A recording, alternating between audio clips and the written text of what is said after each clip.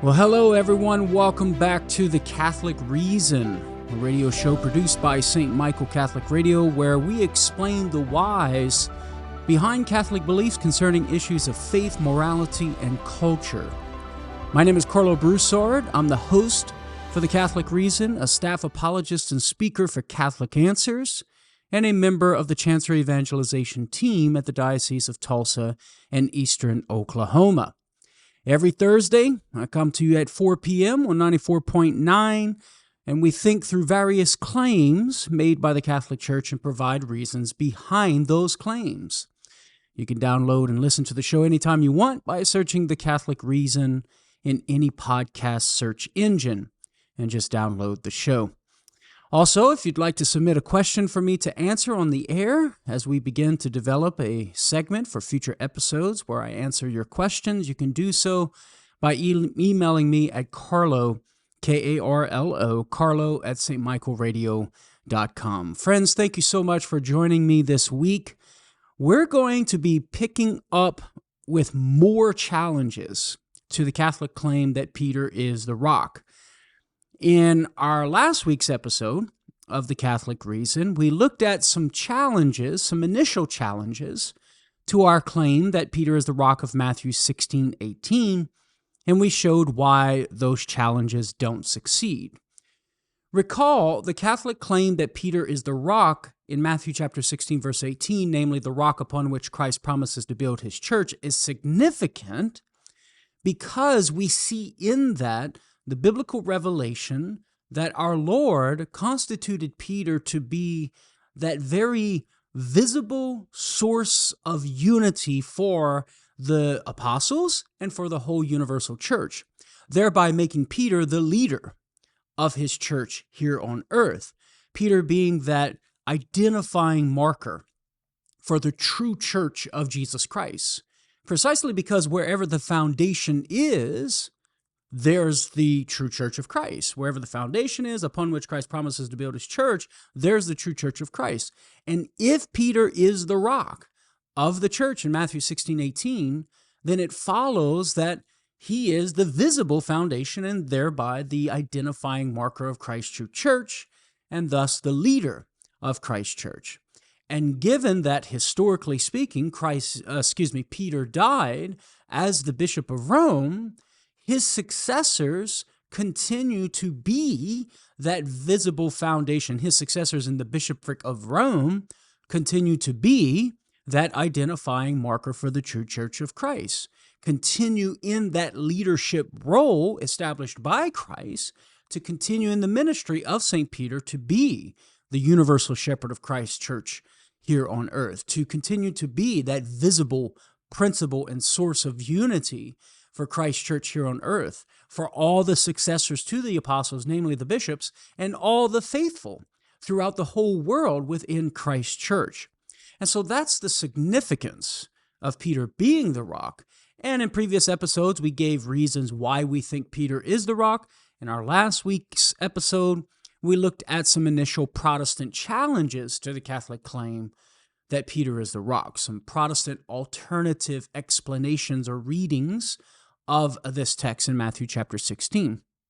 Now, in this episode, for this week of The Catholic Reason, we're going to look at some more challenges to the Catholic claim that Peter is the rock, and some good challenges. And it's important to articulate these Protestant challenges to the Catholic claim because often, my brothers and sisters in the pew, Catholics, can unfortunately begin to think that Protestants don't buy into the papal arguments, right? And arguments for the papacy and the papacy, etc., because maybe they're closed-minded or they're ignorant or they're just stubborn or stuff like that. I've encountered that among many of my Catholic brothers and sisters, unfortunately. But it's important to know that our Protestant brothers and sisters have some very reasonable alternative explanations and readings of the text that at least initially we can see how one would be justified in remaining a Protestant in the face of the Catholic arguments. But upon further examination, we can see I would conclude that these Protestant challenges to the Catholic claim ultimately do not succeed and do not refute the Catholic claim, and that the Catholic claim that Peter is the rock is the best explanation of what we read in Matthew chapter 16, verse 18 in particular, and then also verse 19 and the surrounding context. So I share that with you, friends, because it's important that we have a sympathetic understanding for our Protestant brothers and sisters, and to recognize that they have good challenges that are worth considering and giving answers to those challenges. And that's what we're trying to do here in these few episodes of The Catholic Reason and looking at the Catholic claim that Peter is the rock. Okay, so let's get on with it. We're going to look at 3 Protestant challenges in this week's episode of The Catholic Reason. Now, recall from the end of our last episode, last week, if you were listening, we looked at a challenge that attempted to argue the rock was Peter's confession of faith.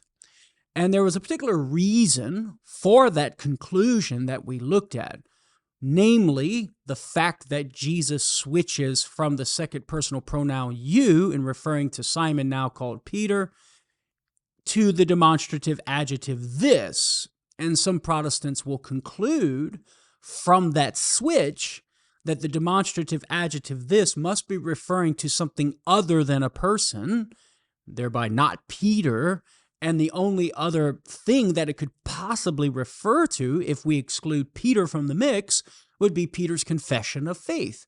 There in verse, I think, 16 and 17, where Peter says, "You are the Christ, the Son of the living God."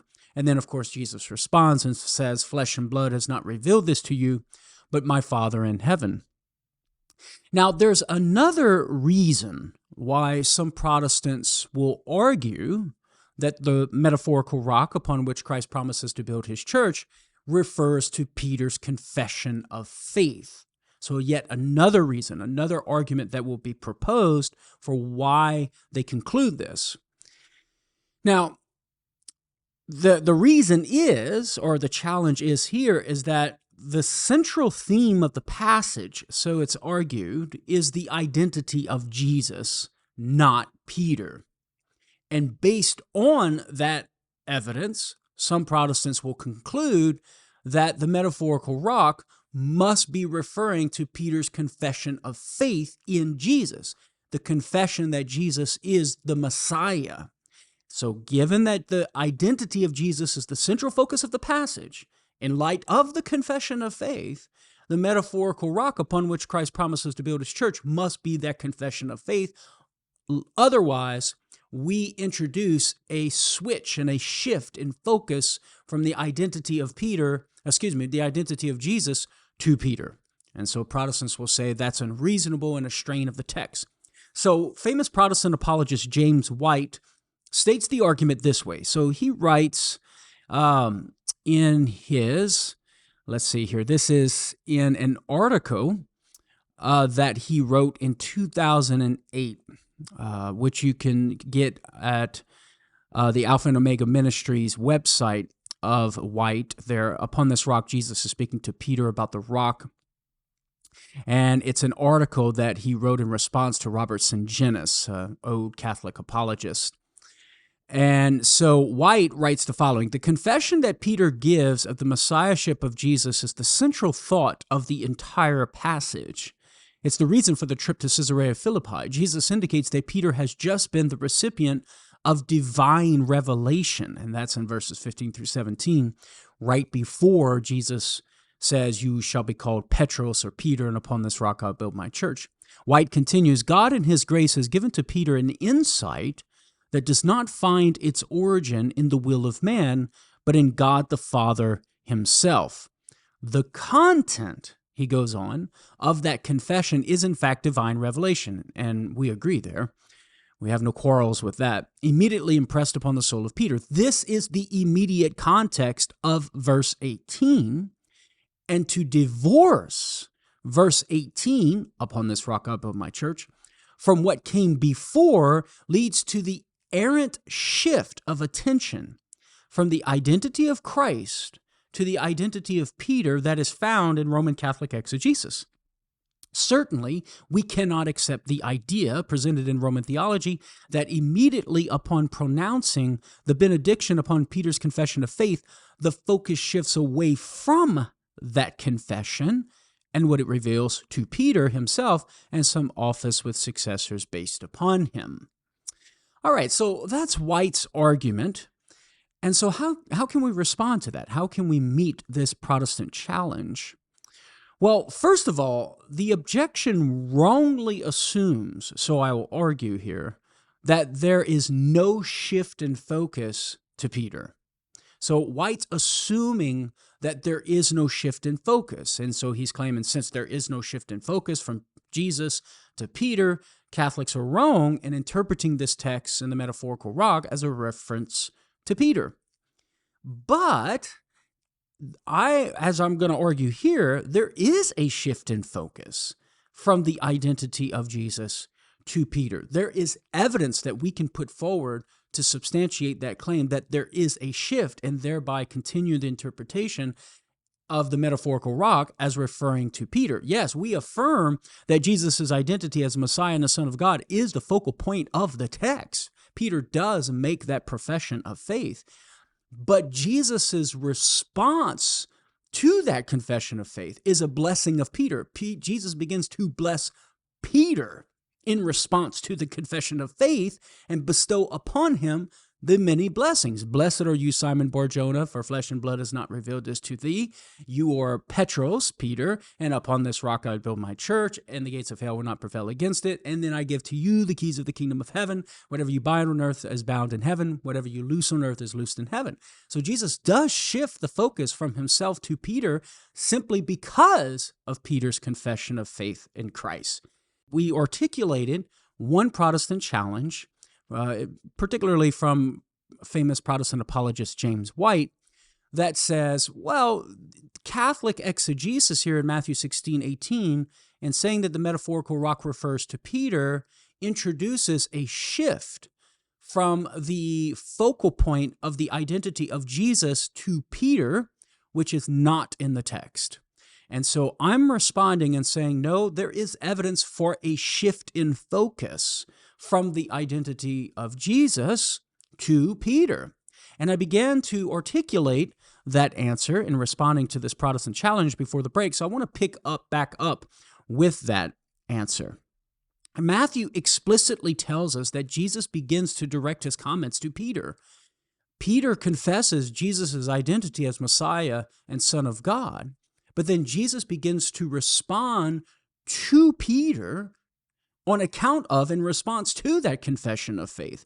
And so consider, we pointed this out a couple of weeks ago when we're looking at initial reasons to think Peter is the rock, but it becomes relevant here in response to this Protestant challenge, and that is the second person singular you is used 7 times in 3 verses, all of which are directed to Peter. Again, in response to Peter's confession of faith. So consider there in verse 17, the first part of verse 17, in response to Peter saying, you are the Messiah, the Son of the living God, Jesus says, blessed are you, Simon Bar-Jonah. So Jesus is beginning to direct his address to Peter. For flesh and blood has not revealed this to you, a reference to Peter, but my Father who is in heaven. Then in verse 18, and I tell you, you are Peter, and on this rock I will build my church. And I give you the keys of the kingdom of heaven. Whatever you bind on earth shall be bound in heaven. Whatever you loose on earth shall be loosed in heaven. So the second person singular you used 7 times in 3 verses.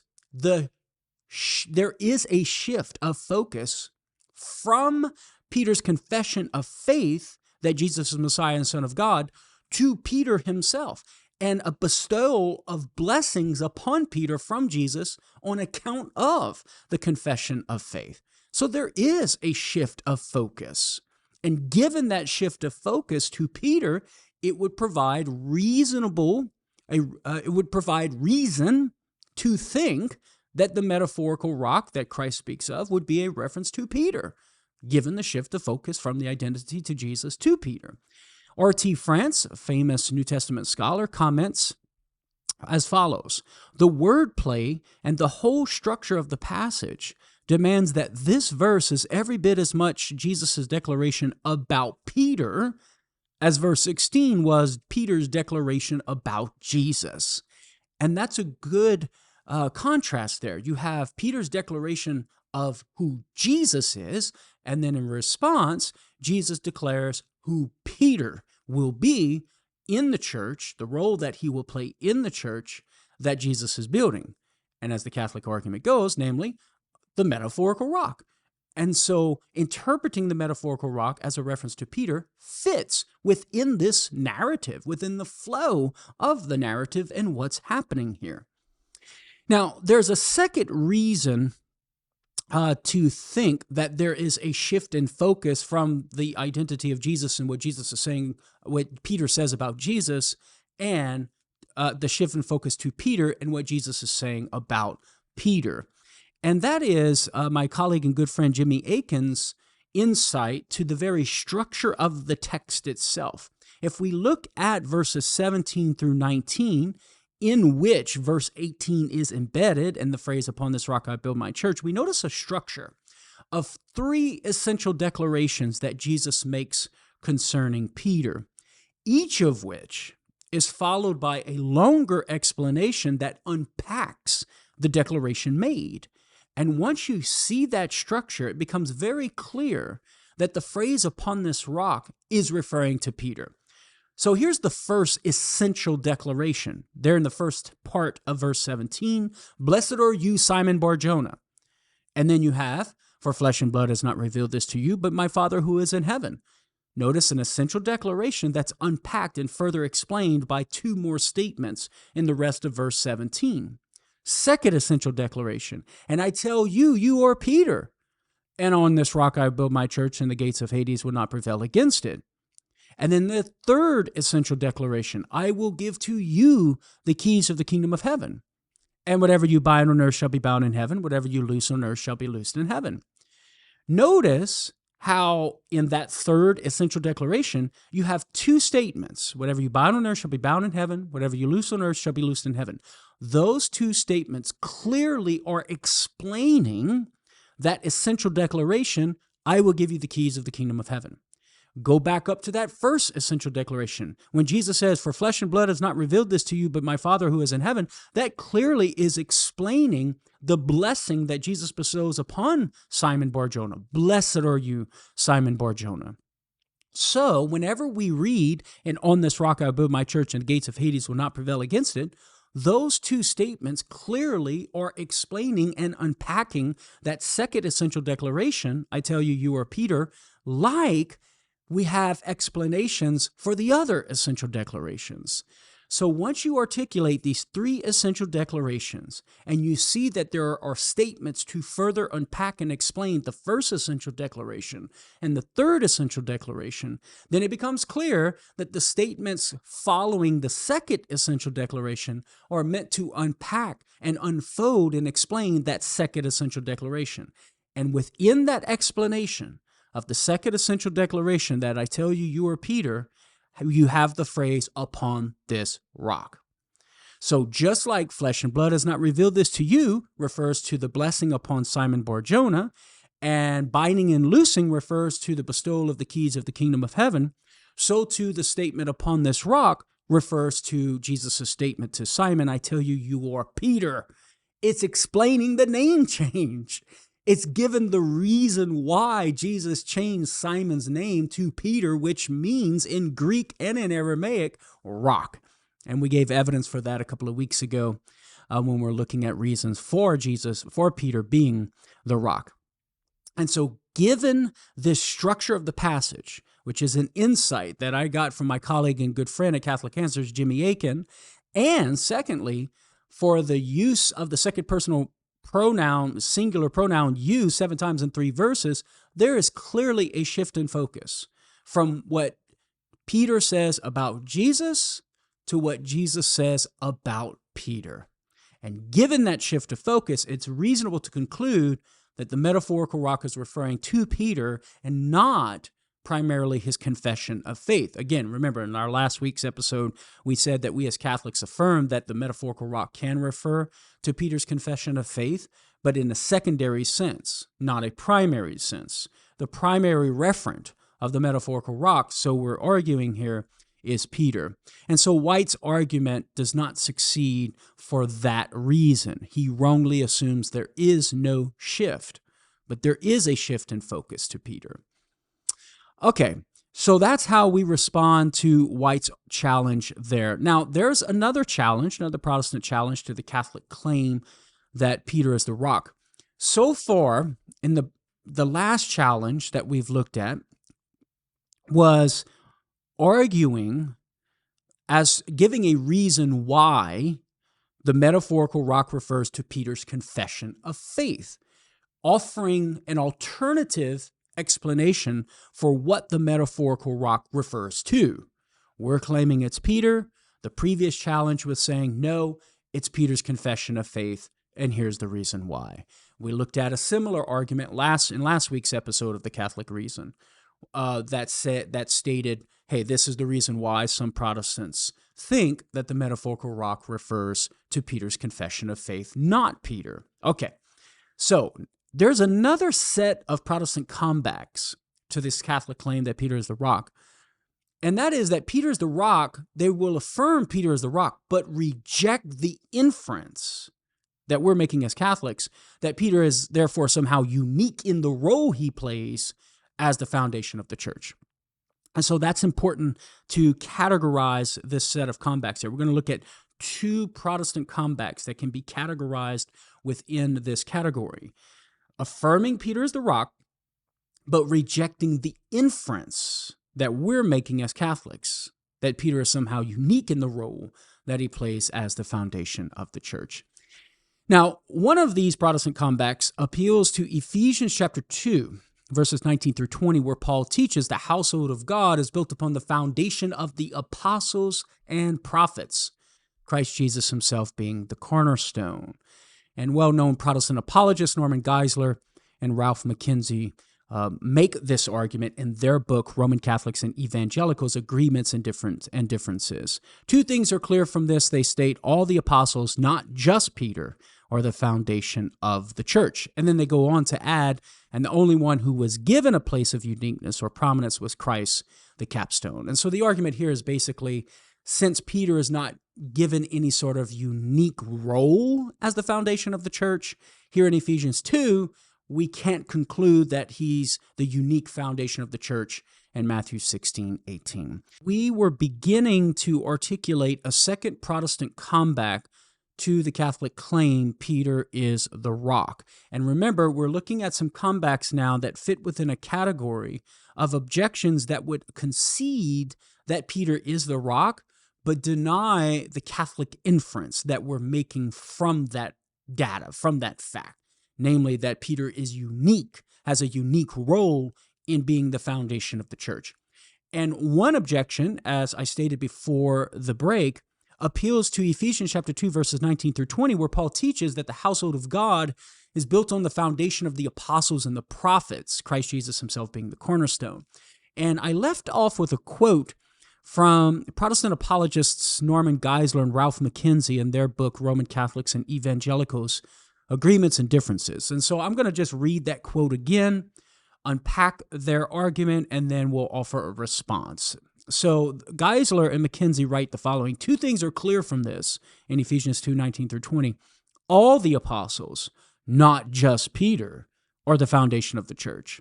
And then they go on to add, and the only one who was given a place of uniqueness or prominence was Christ, the capstone. Now, Geisler and McKenzie seem to be making two arguments here. First, since the apostles too are identified as the foundation of the church, there's nothing unique about Peter being the rock of the church in Matthew 16:18. And so the bottom line is, hey, what's the big deal about Peter being the rock in Matthew 16:18? Even if we concede for argument's sake he is the rock, the apostles collectively were referred to as the foundation of the church. So it's really no big deal to say that Peter is the rock. There's nothing unique about him being the rock of the church when all the apostles are the foundation of the church. That's basically the first argument that Geisler and McKenzie seem to be making. The second argument that Geisler and McKenzie seem to be making here is that if Peter were unique as the foundation of the church, well, then he would have been distinguished from the other apostolic foundation stones, as Jesus is distinguished. But since Peter's not distinguished by Paul within this category of foundation stones of the church, Geisler and McKenzie conclude that Peter is not unique. So those are our two arguments here. Those are two targets that we're going to address. So let's take the first argument that Geisler and McKenzie seem to be making, namely that since the apostles also are identified as the foundation of the church, there's nothing unique about Peter being the rock of the church in Matthew 16:18. So that's our target here. And I'm going to argue here there's an assumed hidden premise that Geisler and McKenzie never say out loud. And that hidden premise is whenever something is said of two people, those two people must be equals with regard to what's said about them. In other words, remember, Geisler and McKenzie is saying, hey, the apostles are said to be the foundation of the church. And since both Peter and the apostles are said to be the foundation of the church, there's really no difference between the two. Peter's not unique. They're equal in being foundation stones of the church.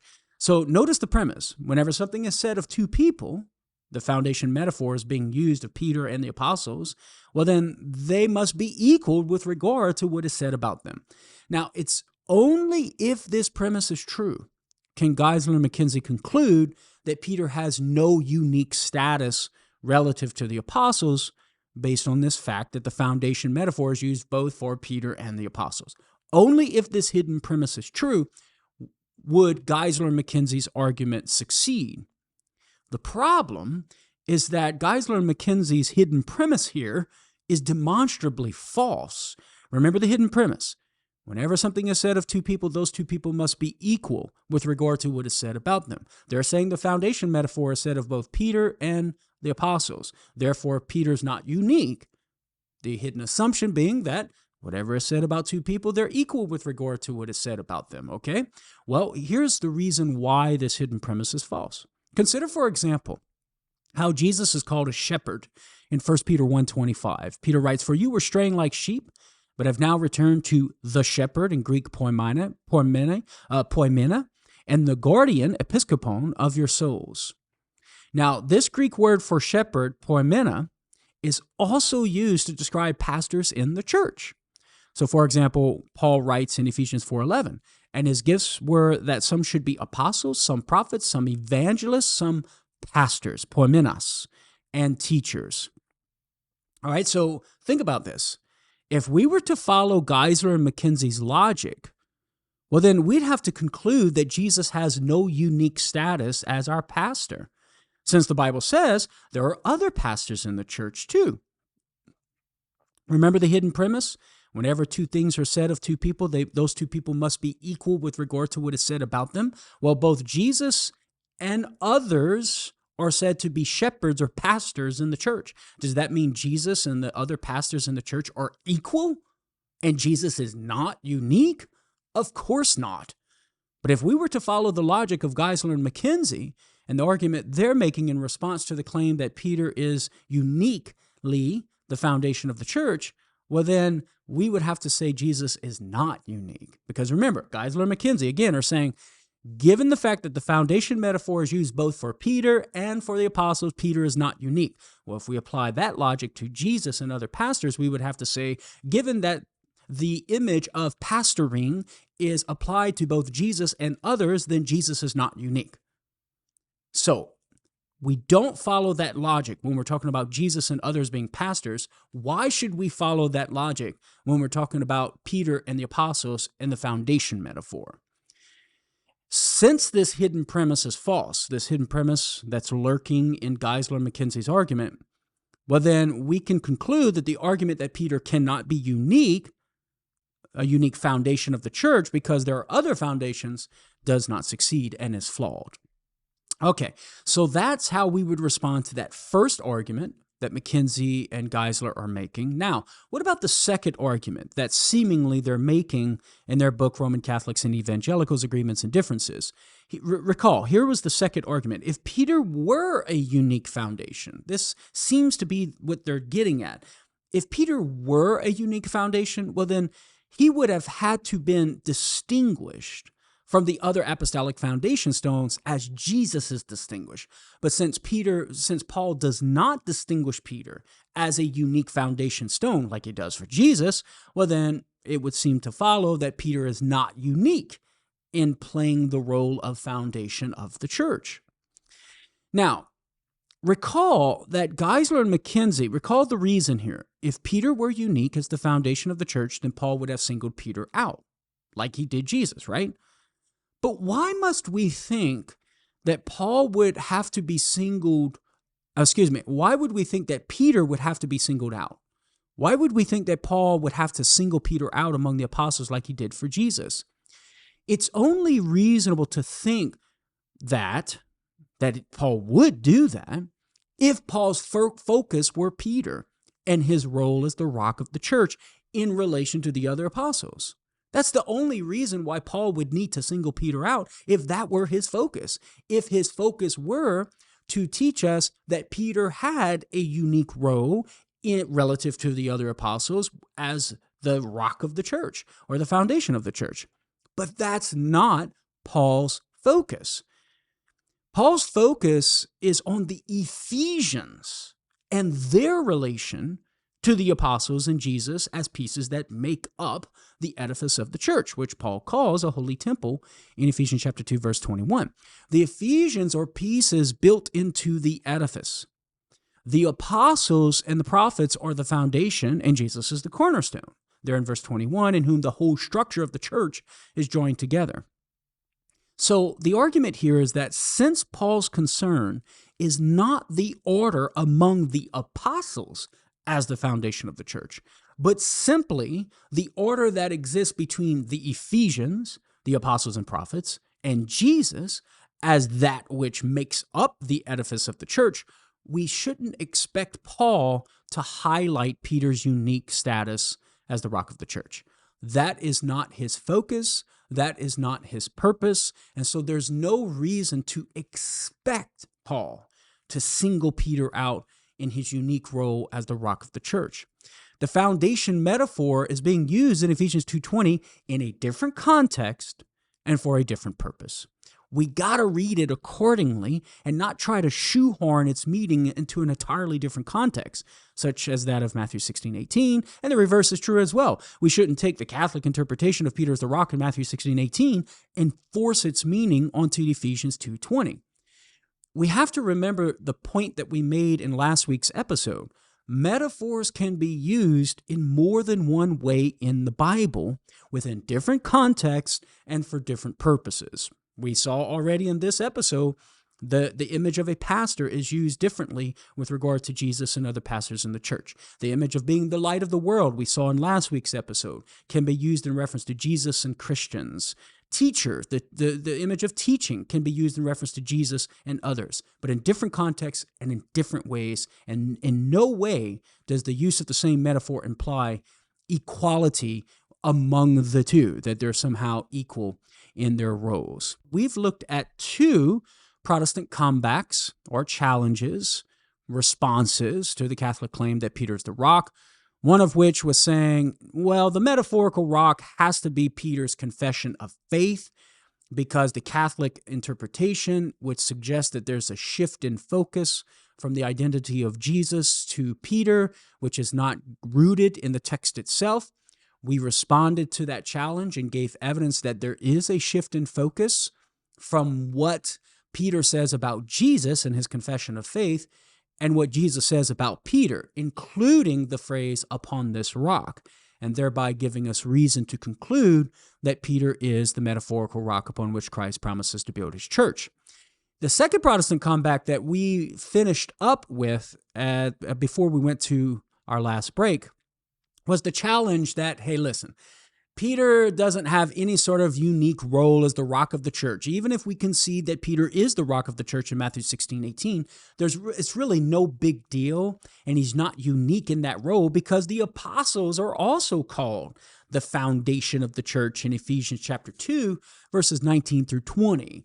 And so this objection concedes that Peter's the rock, but denies the Catholic inference that is made from Peter being the rock.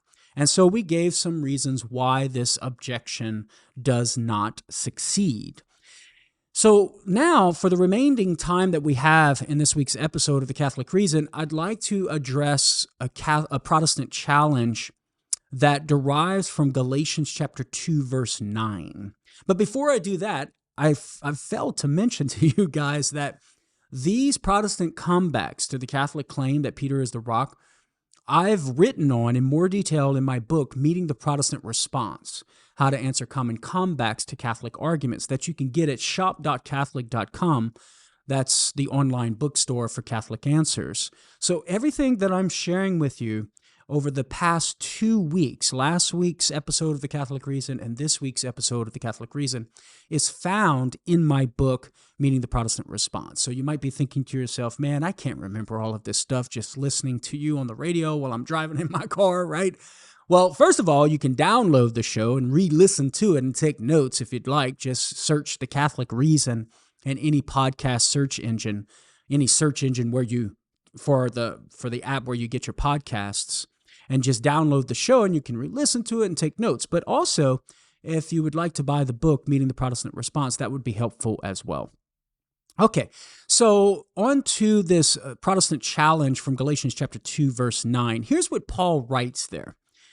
When they perceived the grace that was given to me, James and Cephas, that would be Peter, and John, who were reputed to be pillars, gave to me and Barnabas the right hand of fellowship.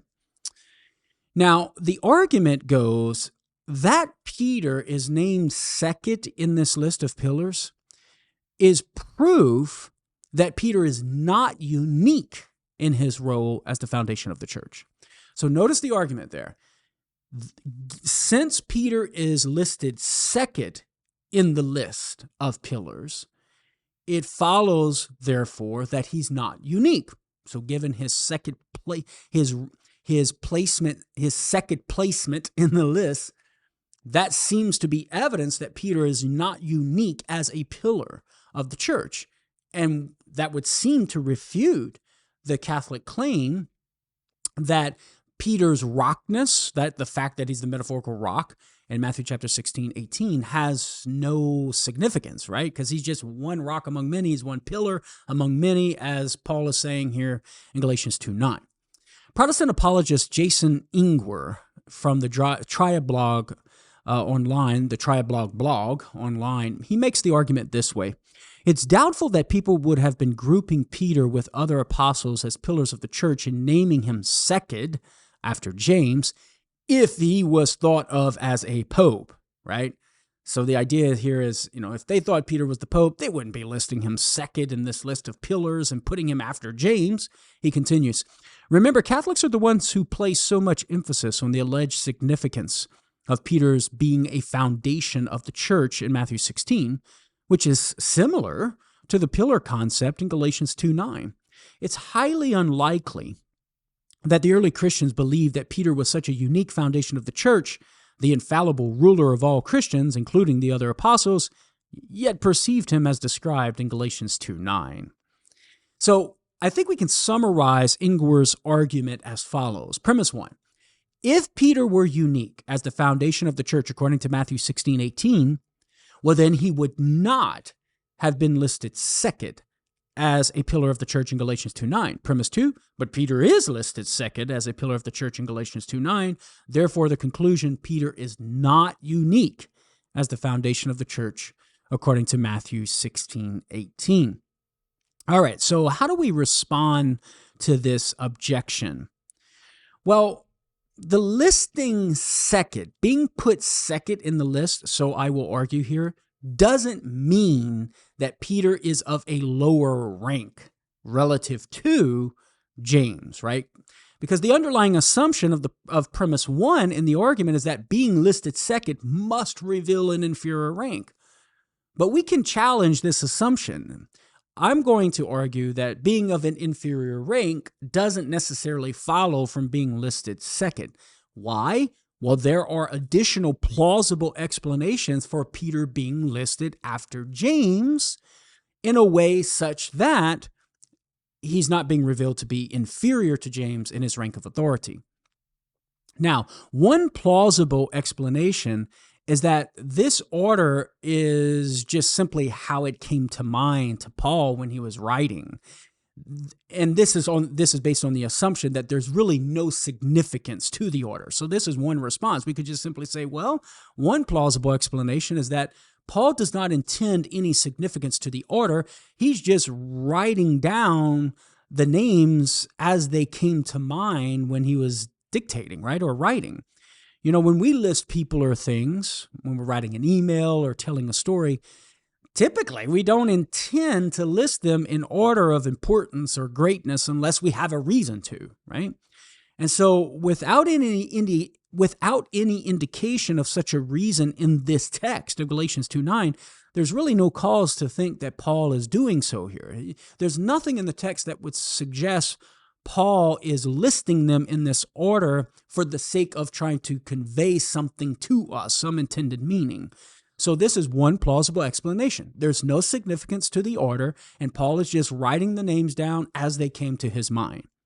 And so on this explanation, we can see that it would be fallacious to conclude Peter is of an inferior rank of authority to James because he is listed second. That's assuming that there's a significance to the order, but someone could plausibly say there is no significance to the order, or at least we don't have any reason to think so. And so therefore, Peter being listed second would not be evidence that Peter is of an inferior rank relative to James. Now, that, again, is based on the assumption that there is no significance to the order. Let's suppose that there is significance to the order, and Paul intentionally puts James first, Peter second. Would it thereby follow that Paul is teaching us that Peter is of an inferior rank of authority relative to James? The answer is no. It still wouldn't refute Petrine primacy because Paul elsewhere does give Peter higher rank. So consider in Acts chapter 12, verse 17, evidence suggests that this same James became the leader of Jerusalem church when Peter left after his imprisonment in Acts 12:17. And recall in Galatians 1:18 through 19, where Paul speaks of his first trip to Jerusalem shortly after his conversion, he speaks of it as implying Peter's in charge. He writes, "Then after 3 years I went to Jerusalem to visit Cephas and remained with him 15 days, but I saw none of the other apostles except James, the brother of the Lord." So notice, Paul, according to Galatians 1:18 through 19, went to Jerusalem to visit Cephas, the implication being that he recognized Cephas to be holding a higher rank over and above James. He didn't go to see James. He went to see Cephas. And then he says as an afterthought, "I saw none of the other apostles except James, the brother of the Lord." And so even if there is a significance to the order in Galatians 2:9, it wouldn't refute Paul's view of Peter as having a higher rank. And so the question becomes, well, what is Paul referring to? What is the significance of the order? And there are two possible explanations here, two possible answers. First, James was the leader of the Jerusalem church. New Testament scholar F.F. Bruce affirms this in The Epistle to the Galatians, a commentary on the Greek text, and the New International Greek Testament Commentary on pages 121 to 122. And then a second possible answer is that Paul is trying to undercut the claims of the Judaizers, or what he calls the circumcision party in Galatians 2:12, who were calling into question Paul's authority, and Paul is refuting those Judaizers and saying, hey, James has given me approval. So even if there is a significance to the order, it doesn't refute, or it doesn't thereby reveal Peter having an inferior rank of authority relative to James. Well, my friends, I am out of time for this week's episode. Again, you've been listening to The Catholic Reason on St. Michael Catholic Radio. Please look out for next week's episode. Again, every Thursday from 4 to 5 here on 94.9 St. Michael Catholic Radio. I look forward to chatting with you again next week. Until then, my friends, God bless you and take care.